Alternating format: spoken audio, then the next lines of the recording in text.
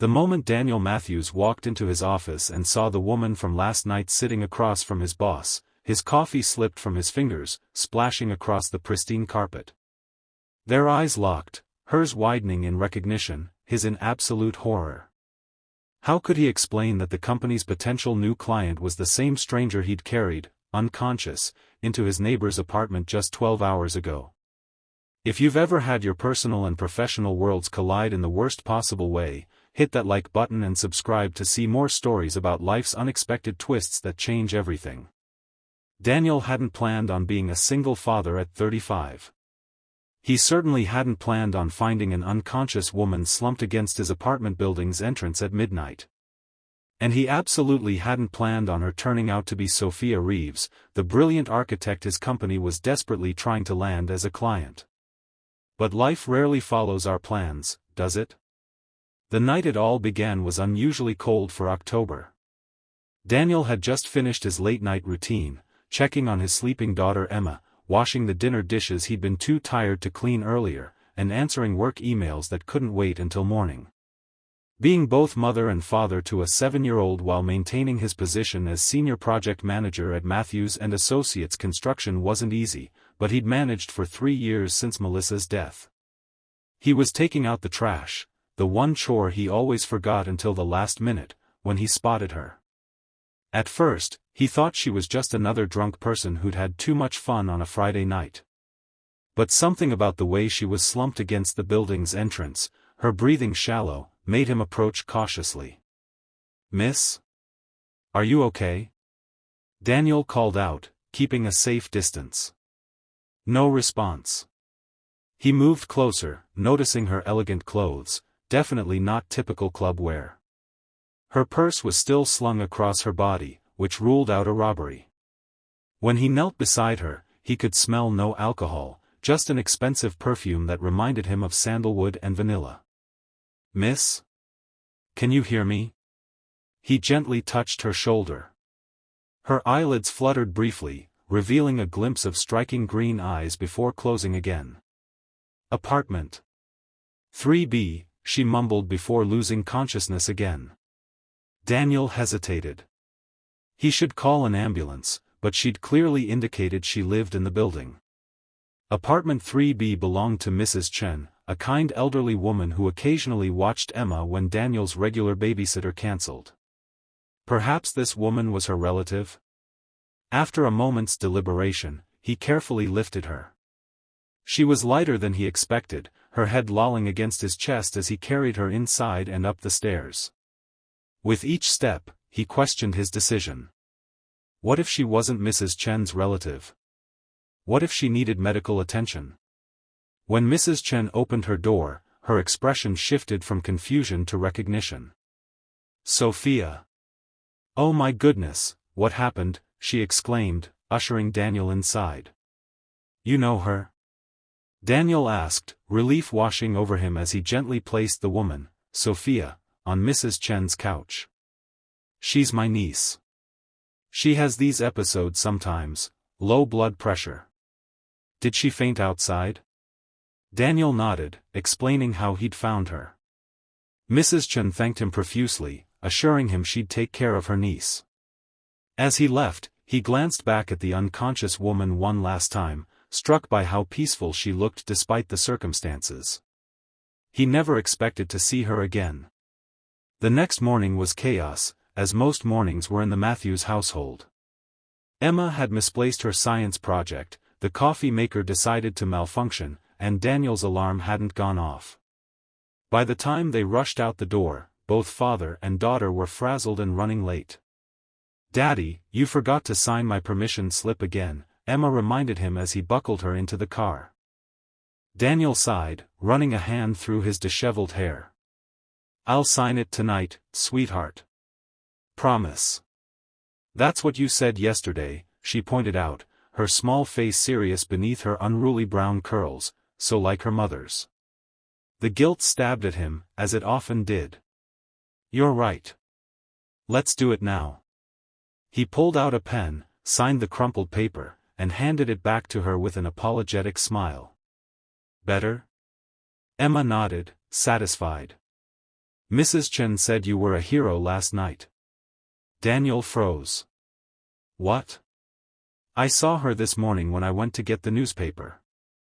She said you rescued her niece. That wasn't, I just helped someone who needed it, That's all. That's what heroes do, Daddy. He smiled at his daughter's simple logic, wishing adult life could be so straightforward. After dropping Emma at school, Daniel rushed to the office, already dreading the meeting with the potential new client his boss had been talking about for weeks. Matthews and Associates desperately needed this contract, a luxury apartment complex that could put their small firm on the map. As project manager, Daniel would be responsible for overseeing every aspect if they landed it.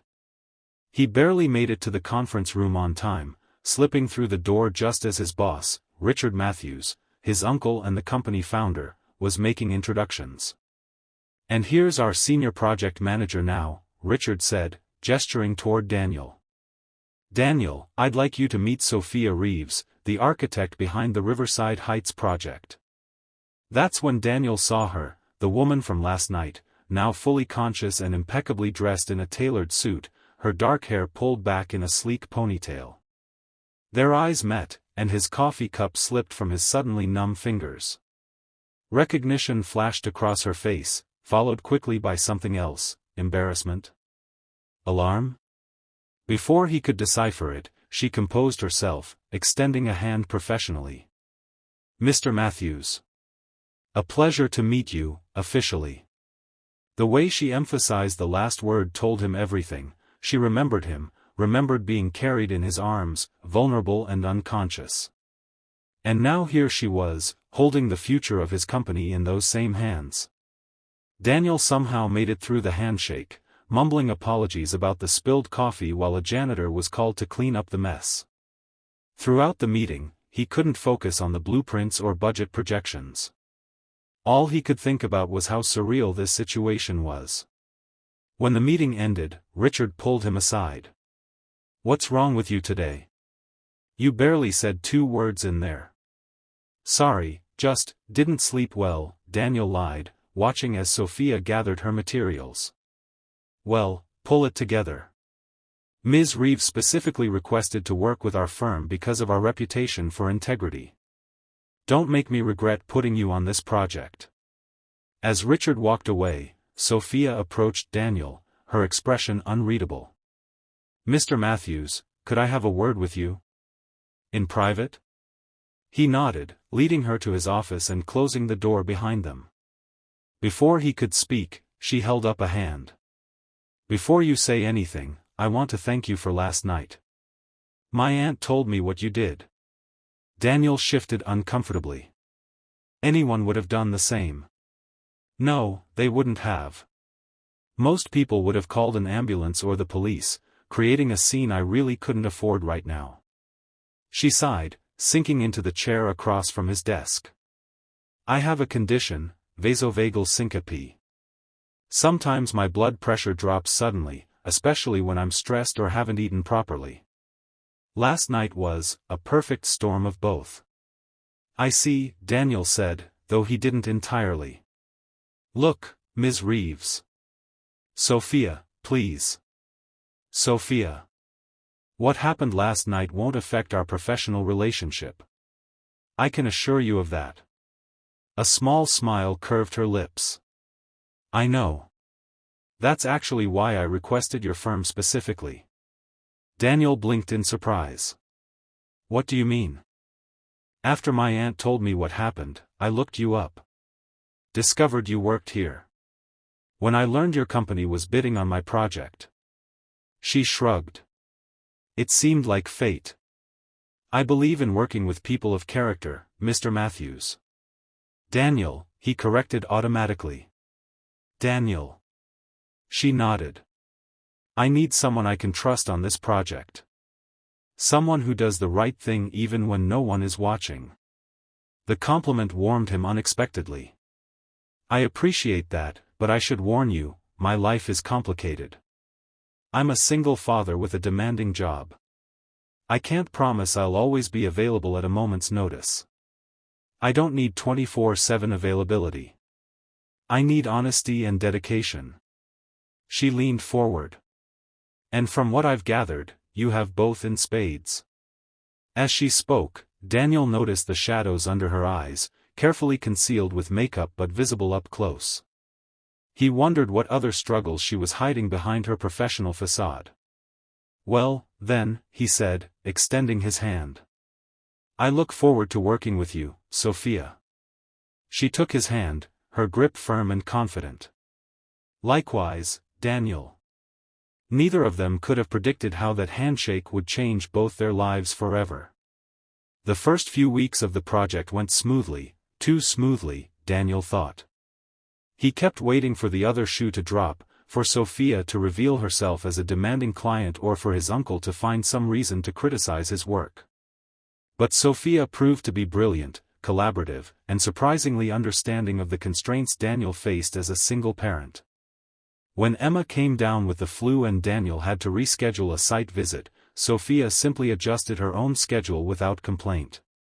When he had to bring Emma to the office one afternoon because school was cancelled for a teacher in-service day, Sophia spent her lunch break showing his daughter how to sketch simple building designs. You're good with her, Daniel commented as they watched Emma proudly display her drawing of what she called a butterfly house, a building with wings. Sophia smiled, a hint of sadness in her eyes. I always wanted children. Life had other plans.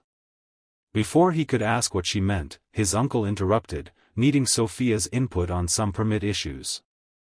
The moment passed, but Daniel found himself increasingly curious about the enigmatic architect. What he learned came in pieces, casual revelations during long meetings or site visits. Sophia was 33, had studied architecture at MIT, and had made a name for herself designing sustainable luxury buildings. She lived alone, was passionate about classical music, and had a cat named Archimedes. Sophia was quiet for a long moment, her fingers tracing the rim of her coffee cup. My parents were absent. Physically present but emotionally unavailable. Career diplomats who saw children as accessories to their perfect international life. When I was 15, they left me at boarding school in Switzerland and moved to Singapore. I spent holidays with friends or alone at school. That sounds lonely, Daniel said softly. It was. But it taught me self-reliance. She smiled, but it didn't reach her eyes.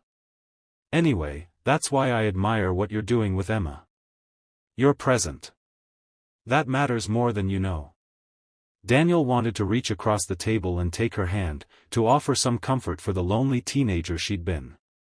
Instead, he changed the subject, asking about her design inspiration for the rooftop garden planned for the apartment complex. But something had shifted between them. A connection had formed, fragile but undeniable. It was Emma who first pointed it out, in that direct way children often do. Do you like Ms. Sophia, Daddy? She asked one night as he tucked her into bed. Daniel paused, caught off guard by the question. Of course I do. She's very good at her job. Emma rolled her eyes with all the exasperation a 7-year-old could muster. Not like that. Like how you liked Mommy. The question hit him like a physical blow.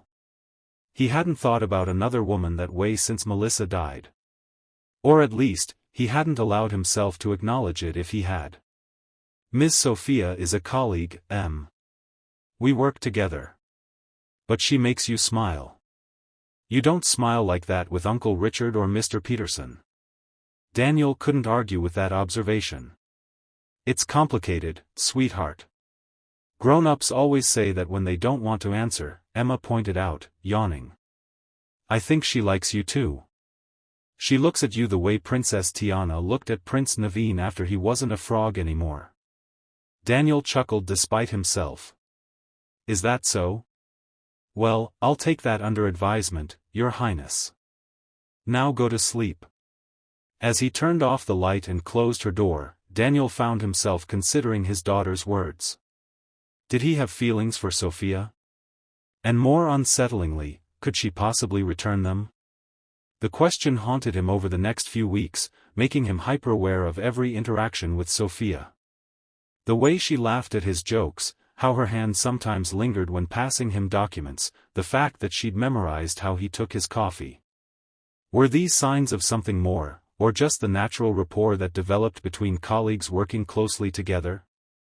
The project was nearing its critical phase, foundation work was complete, and structural elements were being put in place. Stress levels were high, and Daniel found himself working late most nights, often alongside Sophia as they troubleshot issues and refine details. One night, as a thunderstorm raged outside, they were the last two people in the office, reviewing contractor bids for the interior finishes. "We should probably call it a night," Daniel said, noticing it was past midnight. "You must be exhausted." Sophia stretched, wincing slightly. "I've been worse." "But you're right, we should." A massive thunderclap shook the building, and the lights flickered before going out completely, plunging them into darkness. "Perfect," Daniel muttered, fumbling for his phone to use as a flashlight. Power outage. In the dim light from his phone, he could see Sophia had gone very still, her face pale. "Are you okay?" he asked, moving closer. She nodded, but her breathing had become shallow. "Just, not great with sudden darkness. Childhood thing." Without thinking, Daniel reached out and took her hand. "The emergency generator should kick in soon. Just breathe." She gripped his hand tightly, and they sat in silence for a moment, the only sound the rain lashing against the windows and their synchronized breathing. When the emergency lights finally flickered on, casting the office in a soft, amber glow, neither of them let go. "Thank you," Sophia whispered, her eyes meeting his. Something electric passed between them, a current of unspoken feelings that had been building for months. Daniel found himself leaning forward slightly, drawn to her like a magnet. The moment was shattered by his phone ringing, the babysitter, calling to check if he was on his way home, concerned about the storm. Reality crashed back. He was a single father with responsibilities. She was a client. This was his uncle's company, his family's legacy. There were 1,000 reasons why what he was feeling was inappropriate and complicated. "I should go," he said, pulling his hand away and standing up abruptly. "Emma will be worried." Sophia nodded, composing herself. "Of course. We can finish this tomorrow." The drive home through the storm gave Daniel time to think, to remind himself of all the boundaries he was dangerously close to crossing. By the time he arrived home, paid the babysitter, and checked on his sleeping daughter, he'd convinced himself that whatever moment had passed between him and Sophia was best forgotten. But fate had other plans. The next morning, Daniel received an urgent call from the construction site. There had been an accident, nothing serious, but work had been temporarily halted while safety inspectors assessed the situation. When he arrived, he found Sophia already there, deep in conversation with the site foreman. "What happened?" Daniel asked, joining them. "Scaffolding collapse on the east wing," the foreman explained. "No one was hurt, but it could have been bad. Ms. Reeves here thinks it might be a design flaw in the temporary supports." Sophia nodded grimly. "I've been reviewing the plans. The engineering firm made a calculation error that wasn't caught in our reviews. It's my fault, I should have double-checked their work." "It's not your fault," Daniel assured her. "That's why we have multiple layers of oversight.